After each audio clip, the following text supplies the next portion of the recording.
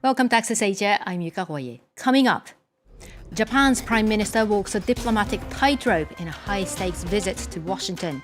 Facing a dilemma over Iran, Sanae Takaichi tries her best to appease the US president.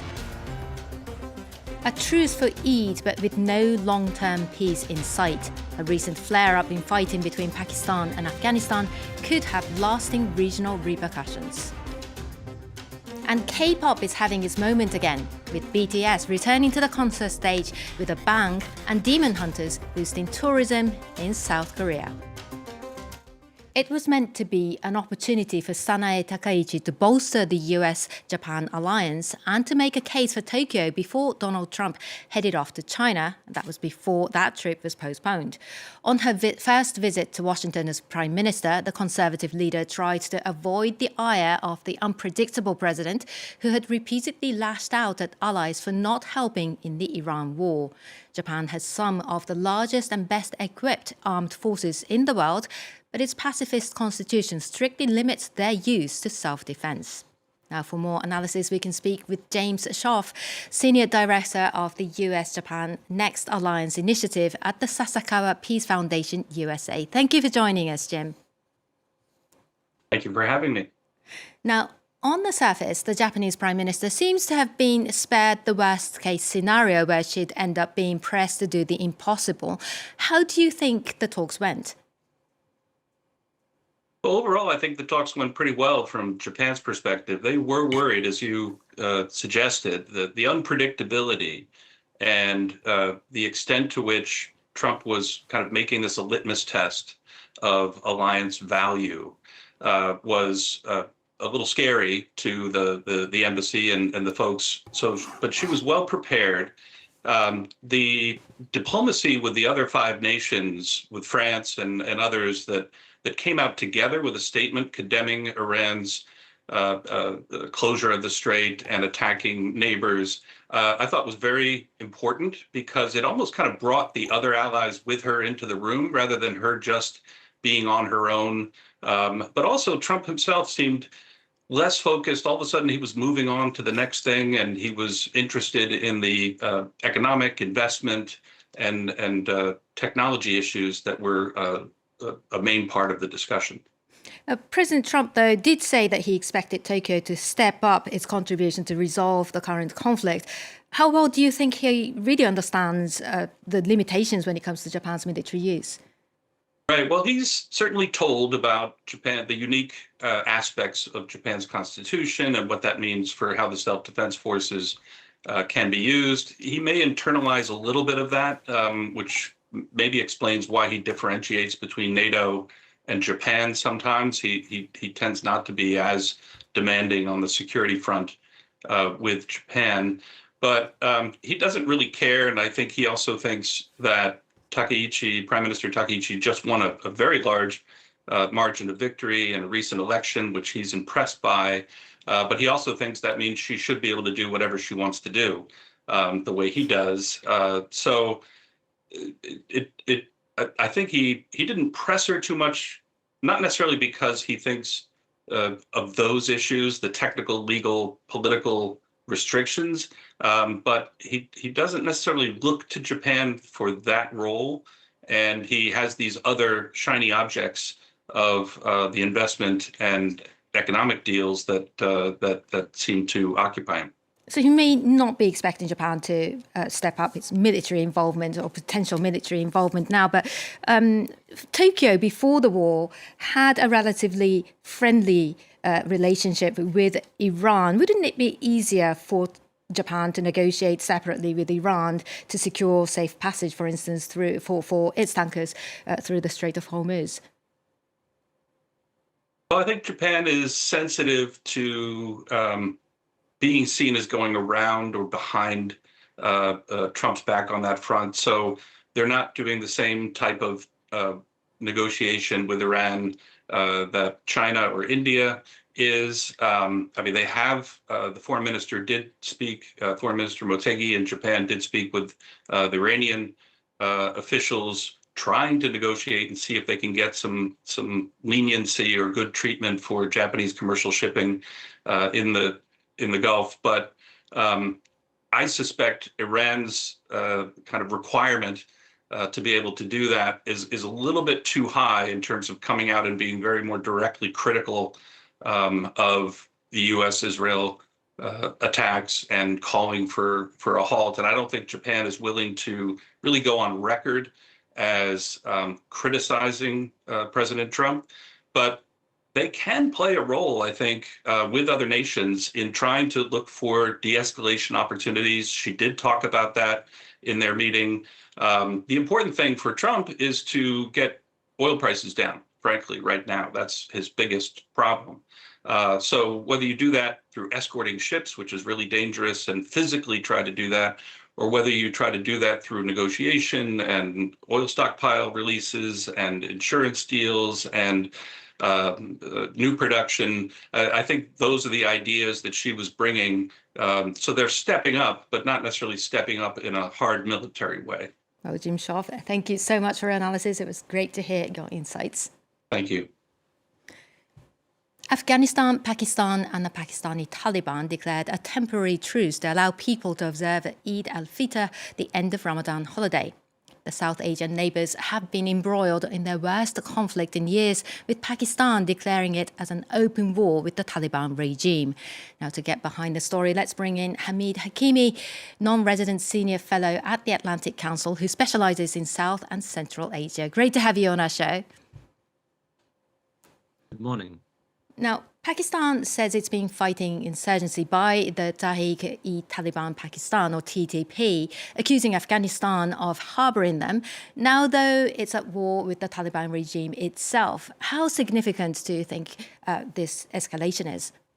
Escalation is very significant. As you rightly point out, this began, this framing of the Taliban government in Kabul has gone through a bit of an evolution from the Pakistani perspective, because it began by Pakistan asking the Taliban regime in Kabul to take steps against the so-called Pakistani Taliban, or the Tehrik-e-Taliban Pakistan, the TTP, which is conducting counter-government, anti-government operations inside Pakistan, and it's a Pakistani entity.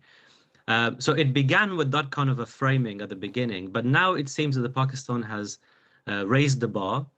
It's also conducting operations, military strikes, and especially air raids on the territory of Afghanistan, because Taliban government does not have the weaponry to counter it. It seems that the Pakistani military has an open sky over Afghanistan.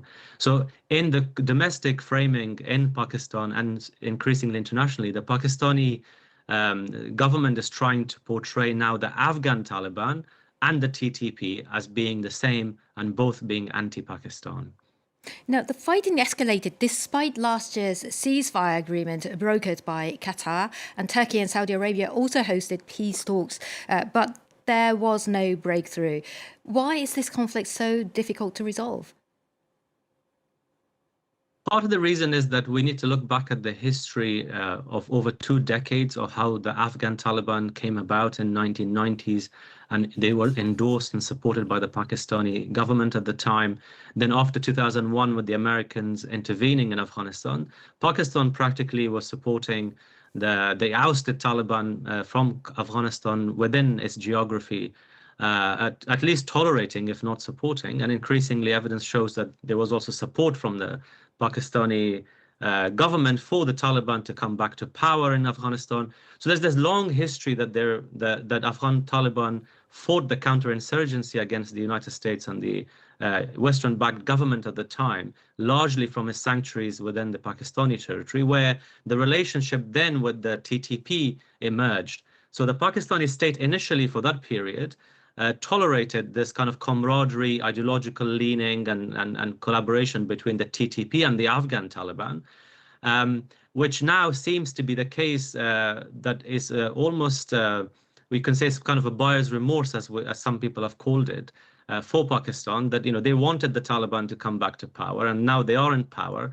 but they cannot switch off that relationship, that ideological social bond that they have with the TTP.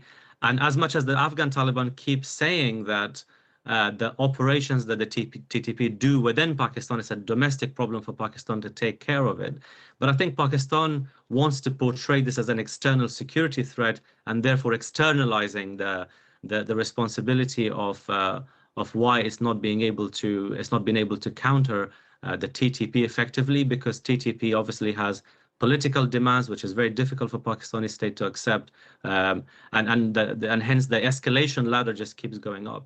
Now, this is happening, of course, as the Iran war wages on further west. What are the wider regional implications? The immediate implications would be the humanitarian challenges, both for Afghanistan and Pakistan as immediate neighbors of Iran. Afghanistan will be additionally under pressure because millions of refugees, Afghan refugees who've been in Iran for years, will have to be even more kind of putting pressure on their return back to their country. But the wider regional long-term implication would be far more difficult for Pakistan, which is trying to portray itself as an geo-economically important country. And for that to happen, for Pakistan to rejuvenate its economy, it can't have conflict on both sides of its border, one which it is waging against Afghanistan and the other one with chaos in Iran. So I think the long-term stability of region will be hugely impacted negatively by the current conflict in Iran if it doesn't stop and if Iran becomes a chaotic context. Well, Hamid Hakimi, thank you so much for your insights. Thank you.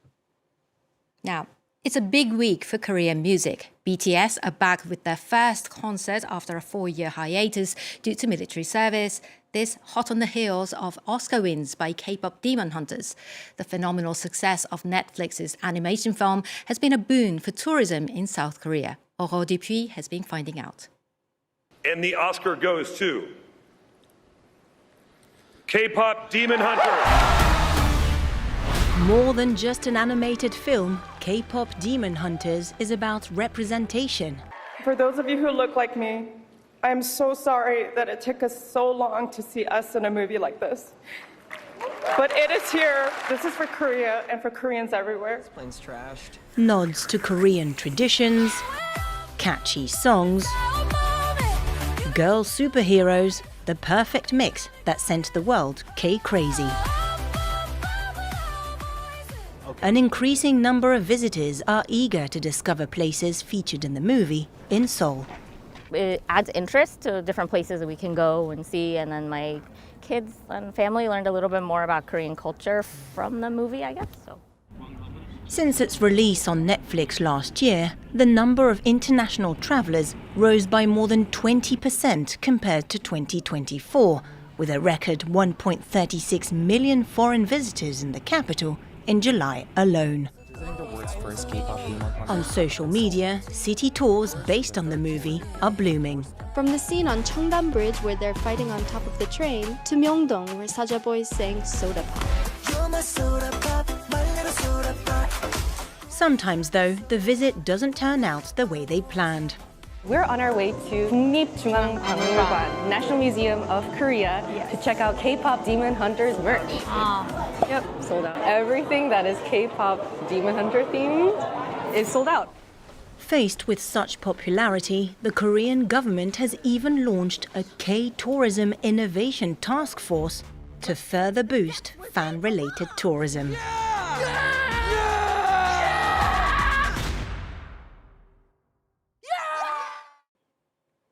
Another K-pop boy band are touring the world, with their European leg coming up next month.